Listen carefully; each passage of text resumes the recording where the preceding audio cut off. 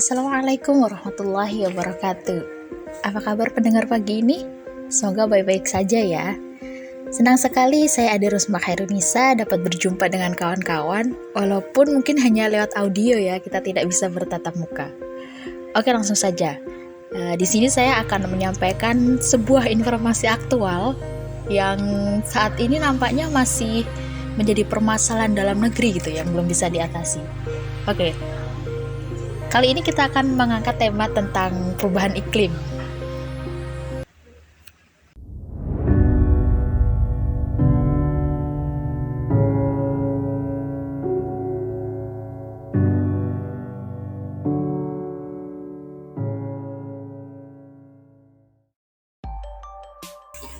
Perubahan iklim tentunya bukan menjadi masalah yang hanya dihadapi oleh bangsa Indonesia, tetapi juga menjadi sebuah permasalahan yang menjadi topik bahasan dunia.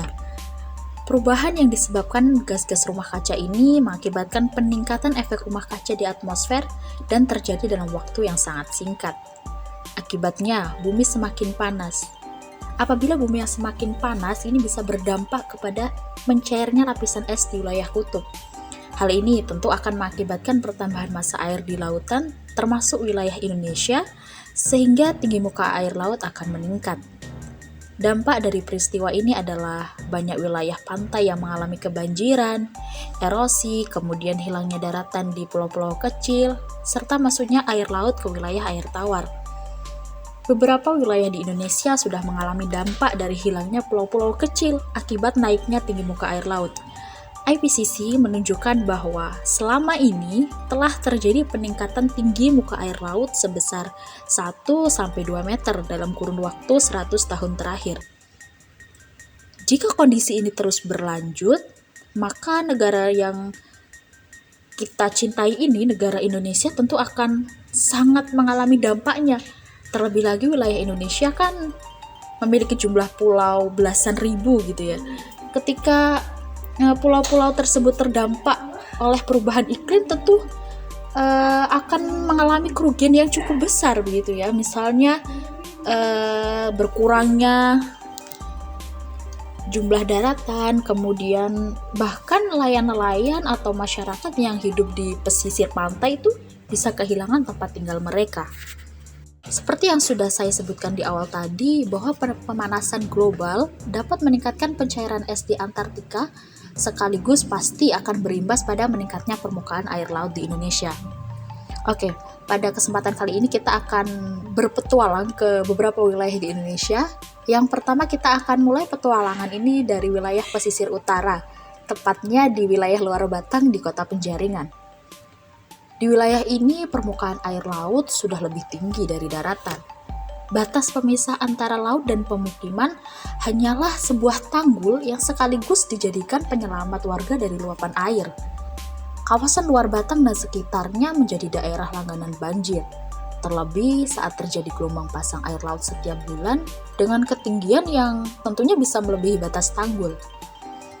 Jika air yang menerjang pemukiman mulai surut, barulah di situ warga akan memompa air yang masih tersisa di daratan untuk kemudian dikembalikan lagi ke laut.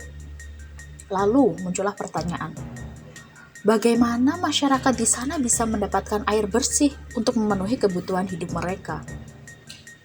Ya, tentu jawabannya adalah mereka terpaksa harus membeli air bersih setiap harinya, dan rata-rata penggunaan air bersih adalah sebesar 12 dirijen air dengan harga 12.000. Artinya, setiap bulan warga harus mengeluarkan 600.000 hanya untuk kebutuhan air bersih. Padahal, masyarakat di wilayah ini memiliki perekonomian kelas menengah ke bawah, dan uang 600.000 tentu jumlah yang cukup besar ya bagi mereka. Oke, next, kita ke wilayah kedua. Kita bergeser ke wilayah Pelabuhan Muara Baru untuk mengetahui kondisi di kawasan industri. Ya, mungkin seperti dugaan teman-teman ya, wilayah ini tidak jauh berbeda dengan keadaan atau lokasi sebelumnya. Beberapa wilayah daratan kini telah berubah menjadi laut. Penyebabnya karena permukaan air laut yang semakin tinggi disertai dengan penurunan permukaan tanah. Lembaga Ilmu Pengetahuan Indonesia atau LIPI mencatat setiap tahunnya permukaan tanah di pesisir Jakarta turun sekitar 2,5 cm. Di sini teman-teman bisa membayangkan gitu ya, kalau setiap tahunnya aja permukaan tanah itu turun sekitar 2,5 cm gitu ya teman-teman. Kemudian beberapa tahun ke depan anak cucu kita ini kira-kira bagaimana kondisi bumi di Indonesia ini gitu ya. Oke, kita next aja, kita ke wilayah ketiga. Oke, kawasan ketiga kali ini adalah kawasan Tambak Bandeng di pulau bernama Pulau Mangare. Pulau yang kini sudah menyatu dengan daratan Jawa akibat pengendapan lumpur Sungai Bengawan Solo. Luas kawasan tambak ini sebenarnya bisa dibilang luas ya, sekitar 32.000 hektar. Dan per tahunnya dapat menghasilkan kurang lebih 40.000 ton ikan bandeng. Namun, cerita hanyalah cerita. Kejayaan ikan bandeng ini perlahan memudar lantaran tanggul penahan yang hancur terhempas ombak air laut. Hal ini tentu seiring dengan meningkatnya permukaan air laut yang mengakibatkan abrasi. Dan masyarakat di kawasan Tambak Bandeng Pulau Mangare pun dengan terpaksa harus memanen ikan bandeng sebelum waktunya agar mereka tidak merugi, karena sewaktu-waktu abrasi bisa datang sehingga ikan-ikan bisa terbawa ke laut. Jadi untuk mengantisipasi agar mereka tidak merugi terlalu besar, maka mereka harus memanen ikan bandeng sebelum waktunya. Oke, next kita ke wilayah Tambak Rejo di Semarang, di Provinsi Jawa Tengah. Di wilayah Tambak Rejo ini permasalahan banjirop merupakan masalah yang hingga kini belum dapat diatasi. Menurut salah satu sejarawan di kota Semarang, penyebab banjirop di wilayah ini adalah akibat pembangunan pemukiman di areal rawa gitu ya. Nah, selain kemunduran garis pantai dan penurunan tanah juga menjadi penyebab mengapa banjirop belum dapat ditangani hingga kini. Sejak 10 tahun terakhir, banjirop sudah menggenangi wilayah Tambak Rejo. Bahkan beberapa rumah warga sudah tergenang, sehingga mau tidak mau mereka harus meninggalkan lantai rumahnya untuk dapat bertahan hidup di pemukiman yang bisa dikatakan semakin hari semakin tenggelam.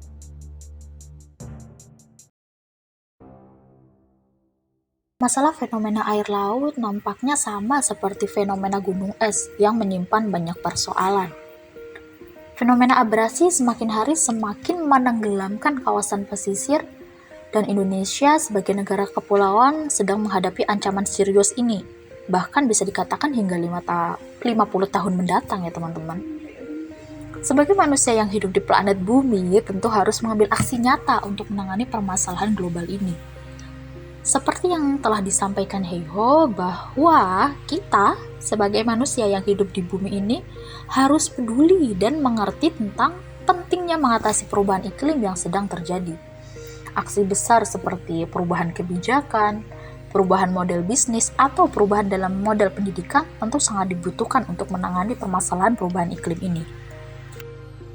Namun, hal kecil yang kita dapat lakukan dalam keseharian juga bisa berdampak besar dalam perubahan iklim. Salah satunya ialah dengan speak up untuk melakukan aksi nyata dalam menghadapi perubahan iklim. Berkaitan dengan dampak perubahan iklim di Indonesia, Indonesia merupakan negara yang rentan terhadap dampak perubahan iklim. Dengan jumlah pulau lebih dari 17.000 dan sebagian besar ibu kota provinsi serta hampir 65% penduduk tinggal di wilayah pesisir. Wilayah Indonesia tentu rentan terhadap dampak perubahan iklim, khususnya yang disebabkan oleh kenaikan muka air laut serta pengendangan akibat banjir di wilayah pesisir atau ROM. Kenaikan muka air laut selain menyebabkan dampak langsung berupa berkurangnya wilayah akibat tenggelam oleh air laut, rusaknya kawasan ekosistem pesisir akibat gelombang pasang, juga ternyata menimbulkan dampak tidak langsung berupa hilangnya atau berubahnya areal persawahan dataran rendah di dekat pantai yang akan berpengaruh terhadap ketahanan pangan, kemudian gangguan transportasi antar pulau, atau bisa berdampak pada rusak atau hilangnya objek wisata dari suatu pulau atau pesisir. Perubahan iklim akan mengakibatkan penurunan ketersediaan air, perubahan produktivitas tanaman, kemudian hilangnya keanekaragaman hayati yang merupakan aset tidak ternilai yang dimiliki Indonesia. Perubahan iklim akan memberikan dampak bagi kesehatan, ketahanan pangan, pola imigrasi, ekosistem alami, dan kesejahteraan ekonomi, baik di tingkat lokal maupun tingkat nasional.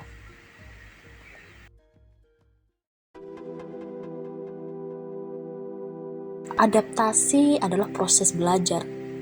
Kita semua perlu memperbaiki strategi adaptasi dengan mengurangi gas-gas rumah kaca dan beradaptasi terhadap perubahan iklim. Libatkan pembuat kebijakan, tingkatkan pemahaman tentang perubahan iklim, ciptakan kesadaran dalam masyarakat untuk beradaptasi. Lebih baik bersiap untuk segala kemungkinan daripada menanggung dampak perubahan iklim tanpa perlindungan apapun. Ayo teman-teman, ingat, kita tidak mewarisi bumi dari nenek moyang, kita meminjamnya untuk anak cucu kita. Ayo bertindak atasi perubahan iklim di Indonesia. Oke kawan-kawan, tidak terasa sudah 10 menit cerita pagi ini. Semoga melalui audio ini dapat menggerakkan kita untuk melakukan aksi nyata dalam rangka pencegahan dampak buruk perubahan iklim, khususnya di wilayah Indonesia. Saya Ade Rusma Khairunisa, kita ketemu lain waktu. See you. Wassalamualaikum warahmatullahi wabarakatuh.